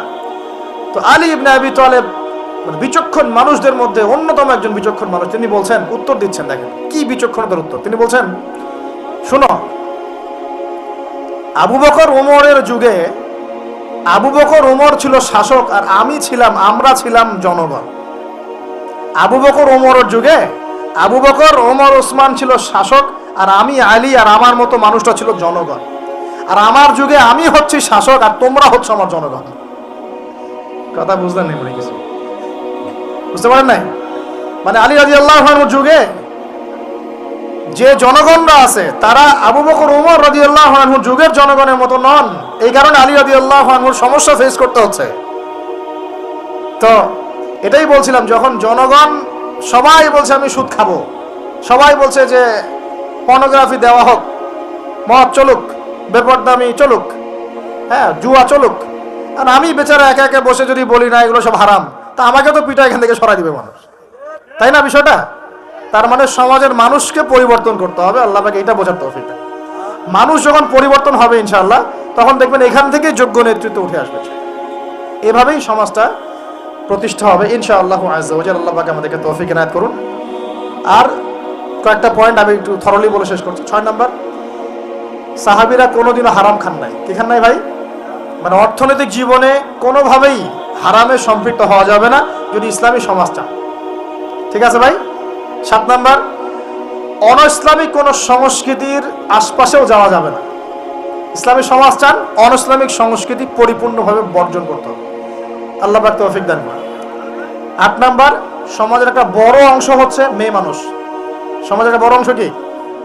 এদেরকে অ্যাভয়েড করে সমাজে দিন কায়েম হবে। এই মেয়েদের মধ্যে দিনের দাওয়াতি কাজ বাড়াতে হবে এবং মেয়েদেরকে পর্দায় নিয়ে আসতে হবে। এই দায়িত্ব প্রত্যেক পরিবারের কর্তার। পরিবারের কর্তা ঠিক হয়ে যান, সমাজ ঠিক হয়ে যাবে ইনশাআল্লাহ। আপনার মেয়ে বেপর্দায় বের হতে পারবে না, বের হলে ভাত বন্ধ। আপনার স্ত্রী বেপর্দায় চলতে পারবে না, চললে ভাত বন্ধ। যদি বলে আমি বেপর্দায় চলবো, তোমার ভাত খাবো না, সুন্দর মতো বসে তালাক দিয়ে রেখে দিবেন, যাও, ভাত খাওয়ার দরকার নাই, আমার ভাত খাওয়ার দরকার নাই। তোমার বেপর্দায় চলতে খুব ভালো লাগে, তো যাও, চলো, সমস্যা কি? আপনি ঝগড়াঝাড়িতে যাবেন না, দাওয়াত দিবেন, নসিহত করবেন, ওয়াজ করবেন। যদি দেখেন বুঝাইতে বুঝাইতে বুঝাইতে বুঝাইতে কোনোই কাজ হচ্ছে না, ও যে আসহাবুল কাহফের হেদায়েত আছে, ঠিক আছে বাবা, তুমি তোমার রাস্তায় চলো, আমি আমার রাস্তায় আল্লাহর সাথে চললাম। ইব্রাহিম আলাইহিস সালাম কি বলছেন? ইন্নী যাহিবুন ইলা রাব্বি সায়াহদিন। মনের মধ্যে কত শূন্যতা দেখেন, তিনি বলছেন ইন্নী যাহিবুন ইলা রাব্বি সায়াহদিন। পরিবার তাড়িয়ে দিয়েছে, বাবা তাড়িয়ে দিয়েছে, সাথে কেউ নাই, কেউ নাই সাথে, একা। ইব্রাহিম আলাইহিস সালাম একা। আল্লাহ পাক বলছেন ইব্রাহিম একাই একটা উম্মত, ইব্রাহিম একাই একটা উম্মত। তিনি বলছেন আমি চললাম একাই আমার রবের পথে, তিনি আমাকে পথ দেখাবেন। এত বড় কথা। এই জন্যই তো ইব্রাহিম আলাইহিস সালামের এত সম্মান। নবীগণের পিতা তিনি, সমস্ত নবীগণের দেখা যায় পিতা তিনি, আবুল আম্বিয়া বলা হয়। কত চমৎকার বালাগাত দেখেন, ইন্নী যাহিবুন ইলা রাব্বি সায়াহদিন, আমি একাই চললাম আমার রবের পথে, তিনি আমাকে পথ দেখাবেন। পাশে কেউ নাই, ভেঙে পড়বেন না, একাই চলবেন, কোনো সমস্যা নেই। তো এই যে বলছিলাম, পরিবারের লোক পরিবারে বোঝান, দাওয়াত দেন, সব ঠিক আছে। যদি দেখা যায় যে অনইসলামিক বিষয়ে চলতে ওদের খুব ভালো লাগে, ইসলামিক বিষয় মানতে খুবই আপত্তি, তখন আপনি আপনার রাস্তায় চলেন, তাকে তার রাস্তায় ছেড়ে দেন, ঝগড়া ছেড়ে দেবেন, জ্ঞান কেচালে যায় না, বাবা তুই তোর রাস্তায় চল, আমি আমার রাস্তায় চল। তারপরে সন্তান। 9 নম্বর হচ্ছে আমাদের সমাজের একটা বড় অংশ হচ্ছে আমাদের এই যে ছোট ছোট বাচ্চা কাচ্চা সন্তান। আগামী প্রজন্মকে অবশ্যই ইসলামী শিক্ষায় শিক্ষিত করতে হবে, না হলে সমাজ কায়েম করা যাবে না। এই দায়িত্ব এখন আপনাদের সবার। আমি শুধু পয়েন্টটা বলে গেলাম। আর সর্বশেষ 10 নম্বর পয়েন্টটা হচ্ছে এই যুব সমাজের চরিত্রটাকে পবিত্র রাখতে হবে। এটা এত গুরুত্ব দিয়ে কেন বললাম, কারণ যুবকরা হচ্ছে সমাজ পরিবর্তনের হাতিয়ার, এবং যুবকদের চরিত্র যদি একবার নষ্ট হয়ে যায়, পর্নোগ্রাফিতে আসক্ত হয়ে যায় বা মাদকে আসক্ত হয়ে যায় বা মেয়ের পিছনে যদি সময় নষ্ট করা শুরু করে, হ্যাঁ, এই যে গুন্ডাগার্দি করে, এই যে পাবজি টাবজি ফ্রি ফায়ার হাবিজাবি এগুলোর মধ্যে ঢুকে পড়ে, ও ওর লক্ষ্য থেকে বিচ্যুত হয়ে যাবে। তখন এই সমাজটাকে দিয়ে আপনি আসলে কোনো কাজ নিতে পারবেন না। এই কারণে এদেরকে একটা আধ্যাত্মিক প্রশিক্ষণের মধ্যে নিয়ে আসতে হবে। নামাজ, তেলাওয়াত, জিকির, হ্যাঁ, আলেম ওলামার সহবত, ধারাবাহিকতা রক্ষা করা, প্রয়োজনে ভালো কিছু সামাজিক কাজের মধ্যে তাদেরকে নিয়োজিত রেখে তাদের এই যৌবনটাকে আল্লাহর পথে কাটিয়ে দেওয়ার প্রয়াস নেওয়ার চেষ্টা করতে হবে। আল্লাহ পাক আমাদের সবাইকে এই তৌফিক দান করুন, আমিন। আর যুবক ভাইদেরকে বলবো যে চরিত্রই সবচেয়ে ইম্পর্টেন্ট জিনিস আপনার। এখন এই জীবনটার চরিত্র যদি নষ্ট হয়ে যায়, আপনি কোনো অবস্থাতেই আল্লাহর কাছে পার পাবেন না। প্রিয় ভাইয়েরা, চরিত্র হেফাজত করেন। আর কয়েকটা বিষয় আপনাদের, মাদক আল্লাহর রাস্তায় খায়েন না, মাদকের ধার কাছে যাবেন না। সিগারেটটাকে অনেকে মাদক মনে করেন না, আমি বলছি এটাও একটা মাদক। সিগারেটের কাছে যাবেন না।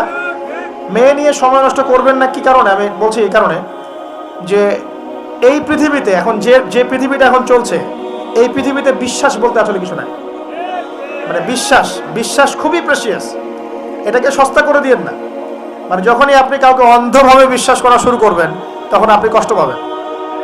তো হালালভাবে চরিত্র হেফাজত করে রাখেন, আল্লাহ পাক আপনাকে ইনশাআল্লাহ নেককার স্ত্রী দিবেন ইনশাআল্লাহ। এই পথগুলো সব শয়তানের পথ, আপনাকে শয়তানের দিকে নিয়ে যাওয়ার চেষ্টা করা হচ্ছে, যাতে আপনি আপনার জীবনের গন্তব্যটা ভুলে যান। আপনাকে আল্লাহ দুনিয়া পাঠিয়েছেন তার ইবাদত করার জন্য, আল্লাহর জমিন, আল্লাহর দিন প্রতিষ্ঠা করার জন্য। আল্লাহ পাক আমাদের সবাইকে আল্লাহ পাকের জমিনে আল্লাহর দিন প্রতিষ্ঠার যে গ্রহণযোগ্য কর্মপন্থা, এগুলো বাস্তবায়ন করার তৌফিক দান করুন, বলি আমিন। আমরা দোয়া করি আল্লাহ পাক আমাদের সবাইকে জ্ঞান অর্জন করার তৌফিক দান করুন, নবীর সুন্নত অনুসরণ করার তৌফিক দান করুন, এবং সিচুয়েশন বোঝার তৌফিক দান করুন, পরিস্থিতি সম্পর্কে সচেতন থাকার তৌফিক দান করুন, হালাল খাওয়ার তৌফিক দেন, মা বোনদেরকে পর্দা রাখার তৌফিক দেন, ইলম অনুযায়ী আমল করার তৌফিক দেন। আল্লাহ পাক আমাদের যুবক ভাইদেরকে হেদায়েত দান করেন, আমাদের পরবর্তী প্রজন্মকে আল্লাহ দিনের জন্য কবুল করেন, আমিন। এবং সবাইকে দিন ইসলামের দাওয়াতি কাজ করার তৌফিক আল্লাহ পাক দান করেন, সকলে বলে আমিন।